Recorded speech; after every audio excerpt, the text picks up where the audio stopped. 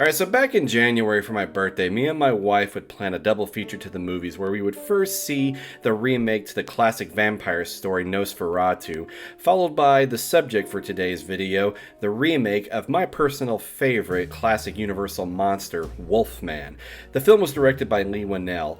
Now, whenever I first saw it, I didn't really have the best impression of it, but I wanted to give it a second chance, so been kind of avoiding other reviews of it, and I wanted to go into it pretty fresh, so I went out and bought it and rewatched it the other night. And has my thoughts on the film changed? We're about to find out. Now, the movie starts with some narrative of a missing hiker who became infected with an animalistic virus called Face of the Wolf. We then see a young Blake Lovell and his father going hunting, where they are stalked by a mysterious creature. They were able to escape, and then we're taken decades into the future, where we see Blake and his family learning that his father was officially declared deceased by the state after going missing for a few years.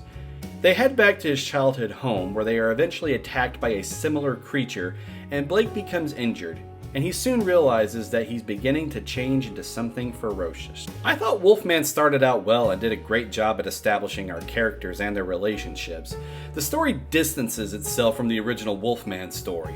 There's no Talbot or Silver Bullets or Full Moon Curse, and one of the only things I would say connects back to the original film or the 2010 remake is the concept of the main character returning to their childhood homes following the news of a deceased relative. Just like when Lawrence Talbot returned home when he learned of his brother's death in the original and in the 2010 remake. Another one of the film's strengths is that the visuals and effects were done very well, and I appreciated the use of practical effects. What I thought was a unique touch in this film were the scenes where it's shown from the perspective of the wolf creature, especially during the transformation. It showed him losing the ability to speak or comprehend human language, and I thought it really captured the idea of his gradual loss of humanity. But honestly, the film's biggest flaw would be the design of the werewolf or the wolf creature itself. Like many others, I was completely shocked after they revealed the design of the Wolfman at Halloween Horror Nights. It more or less reminded me of the werewolves from the film Howl. Spoilers, I didn't like that design either. I get that they were aiming for a more grounded, less supernatural, and more disease-rabid human style of werewolf, but if I'm being completely honest, I thought the design was lame. I mean, seriously, they announce a remake of the Wolfman, they give us a pretty decent teaser, and then they followed up with showing us this. I'm sorry guys, I just can't get behind the design. While I admit the design of the werewolf would have been fine had it not been tied to the Wolfman, I feel like it would have been better, but it's not the Wolfman. This, Wolfman. This, also Wolfman. And this, Wolfman got nards. Sorry. No, I'm not. Another issue is this film to me wasn't scary that much. Or at all for that matter. It was pretty predictable and anticlimactic. But I will say, one of the more suspenseful moments from the movie was when Blake begins to hear noises just banging on the wall from another room in the house. And after he investigates, he just discovers that it's not another threat, but just a normal spider climbing on the wall. The suspense in that scene was okay, and again better portrayed how his senses were enhancing, but for me personally, it just didn't deliver in the end. There were a couple of moments where I thought that they were on the verge of a good jump scare, but overall the execution was done poorly, and most of those scenes just didn't pay off. The filmmakers also made some weird decisions that diminished the suspense of certain scenes. One scene in particular is where they switched to the werewolf's perspective, and he was just standing right there next to his victims. To me, that just ruined the scene, because now I know where he was, and on top of that, he was just staring at them. I'm not opposed to knowing that the wolf creature is in the same area, but if you're gonna spoil it, at least make it pay off. And speaking of which, we're gonna be getting into some spoilers here, but it's later revealed that the film's bigger threat is Blake Lovell's father, who went missing and was presumed dead. It turns out he went searching for the werewolf creature and became infected, and the father-son wolf duo eventually meet up and duke it out, with Blake getting the upper hand and killing his own dad.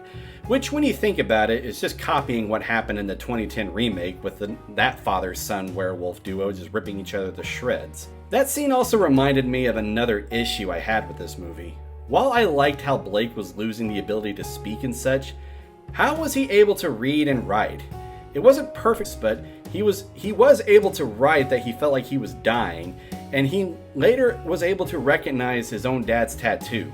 Unfortunately, the film as a whole was a big swing and a miss, which is sad considering it was one of my most anticipated films for the year. I didn't go into it expecting much, but I still had hope. Now, I don't think it's a horrible film. I think the original concept of the story had potential, but I feel like it would have been better received if it wasn't promoted to be connected to the original Wolfman at all. And the other part of me thinks that this would have been better if the main character was named Talbot, since it is supposed to be a remake of the classic Universal monster.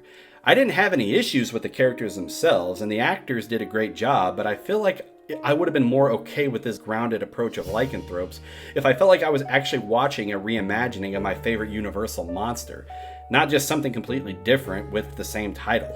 I mean, come on guys. It's one or the other. Either it's reimagining the Wolfman with familiar characters, just a new spin on the tale, or it's its own thing. Either way, if it was one of those two things, the film would have been better, but... And sure, Blumhouse's grounded take on the Invisible Man took different liberties too, but they at least kept the Invisible Man's name the same, Griffin, and I feel like it worked out okay. And when you go about it the way they did, it just makes me think that they were just trying to lure me into something that my hopes weren't set on. But with that said, I'm going to give Wolfman a C-. But guys, thank you so much for checking out this review. I hope that you enjoyed it, and if you did, be sure to hit that like button. And what did you guys think of this film? Did you like it or did you hate it? Either way, post your thoughts down in the comments below, and I'll definitely check those out. And if you're new to my channel and you're enjoying my content, please consider to hit that subscribe button. Now stay tuned for next week. I have another werewolf review for you, but this time it's for a TV series. It's for my review of Season 1 of Big Wolf on Campus. Thanks so much again, guys. You guys have a good one.